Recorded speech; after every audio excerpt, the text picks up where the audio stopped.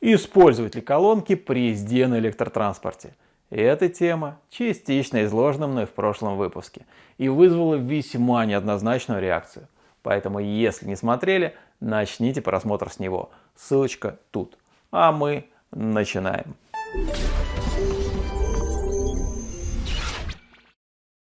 Прежде чем определиться, какие колонки, звуки и музыку выбрать, давайте разберемся, а стоит ли вообще использовать их на улице. Понятно, что на улицах и так много шума, и что ваша музыка или звуки, доносящиеся из колонок, вряд ли придутся всем по вкусу. Да и реакция пешеходов на приближающийся сзади оркестр может быть неоднозначной. Тебя угроблю, ублюдок! Все это очевидно, и, казалось бы, на этом вопрос можно закрыть. Но давайте посмотрим на это с другой стороны. Предположим, пешеход двигался равномерно прямолинейно, как вдруг неожиданно решил резко изменить траекторию движения. Любой ли райдер готов к такому повороту сюжета? На словах-то, конечно, да, но на деле часто совсем иначе. И можно тут винить пешехода, что он не посмотрел назад, не убедился в безопасности, но ведь он не на проезжей части. Он не привык, что кто-то может двигаться быстрее него. И не привыкнет еще много-много лет. И любой доносящийся со стороны райдера звук, скорее всего, помог бы избежать столкновения. Подобных примеров можно привести еще много. Тут и пешеходы, которые идут зигзагами и считают ворон на небе, или втыкают в телефон, и покупатели, выскакивающие из магазина, и фотографы, которые вечно пятятся назад в попытке сделать фееричный кадр, и семья, гуляющая со снующими детьми и собакой на поводке. Все эти примеры — лишь частные случаи в отдельно взятом городе. Поэтому давайте обратимся к общей мировой практике. В июле 2019 года в странах, входящих в Европейский Союз, вступил в силу закон, требующий, чтобы электрокары было слышно. Все новые электромобили теперь в обязательном порядке должны издавать предупредительные звуки. И это для автомобилей, которые даже не ездят по тротуарам, а лишь изредка их пересекают. Они большие, их и так видно, особенно в дворах, где их появление, по сути, навряд ли может оказаться для кого-то неожиданным. Тем не менее, проведя тщательные исследования, Евросоюз решил, что электрокары обязаны издавать звук. Так стоит ли использовать колонки при езде на электротранспорте? Итак, плюсы езды без колонок. Они очевидны. Ты не раздражаешь пешеходов, окружающие люди не пугаются и не дергаются, и тебе самому лучше слышно происходящее вокруг. Например, сигналы предупреждения от моноколеса. Ну и другая позиция не лишена сильных сторон. Пешеходы предупреждены о вашем приближении, что в свою очередь несет два бонуса. Во-первых, это помогает избежать неожиданных столкновений, что уже может быть самым главным и веским основанием.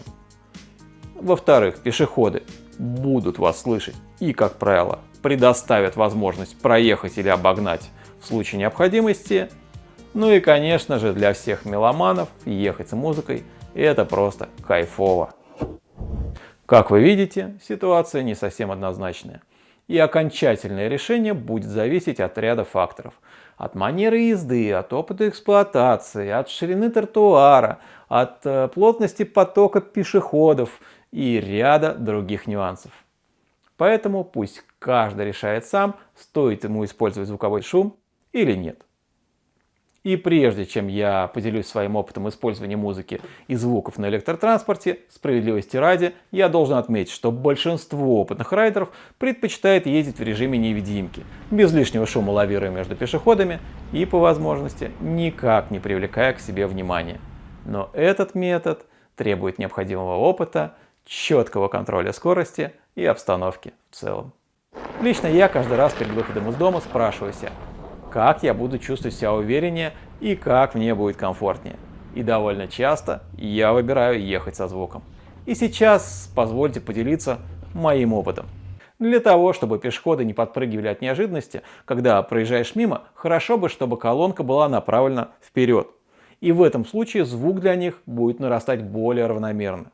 К сожалению, такое расположение не всегда возможно или удобно для райдера, но именно так комфортнее всего для окружающих. Кроме того, когда думаете, где расположить колонку, не забывайте о технике безопасности. Многие современные портативные колонки имеют ударопрочный корпус, и это может быть травмоопасным при падении. Поэтому некоторые райдеры крепят акустику непосредственно на электротранспорт. Что касается выбора репертуара, то я обычно ставлю что-то электронное и ритмичное. Ну, что-то вот такое.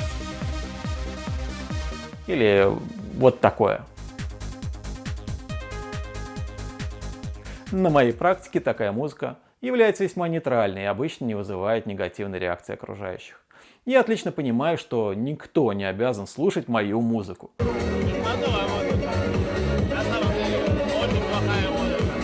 Поэтому стараюсь не включать слишком громко.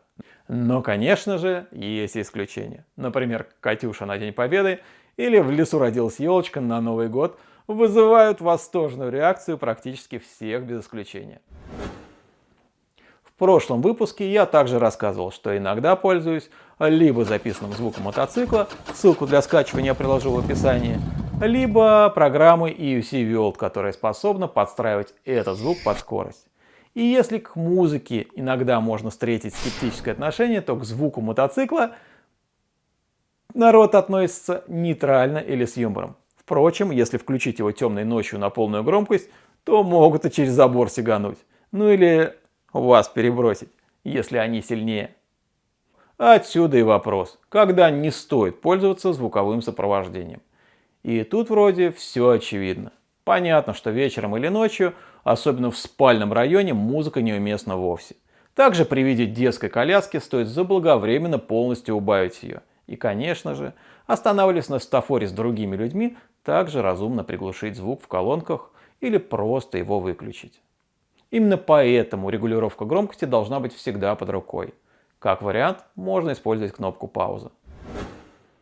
И чтобы подытожить, я еще раз подчеркну, что у меня нет однозначного ответа, стоит ли использовать звуковой фон при движении на электротранспорте или нет. И я очень благодарен всем, кто поделился своим опытом в комментариях к прошлому выпуску. Я прочитал их все до единого. И должен признать, что там много дельных мыслей, и что мне чертовски приятно видеть, как много адекватных райдеров смотрит канал и делится своим опытом. Ну и в заключение я хотел бы вас попросить написать в комментариях, используете ли вы предупредительные звуки при движении на электротранспорте. И если да, то какие средства для этого используете, и если слушаете музыку, то какая лучше всего подходит в этой ситуации.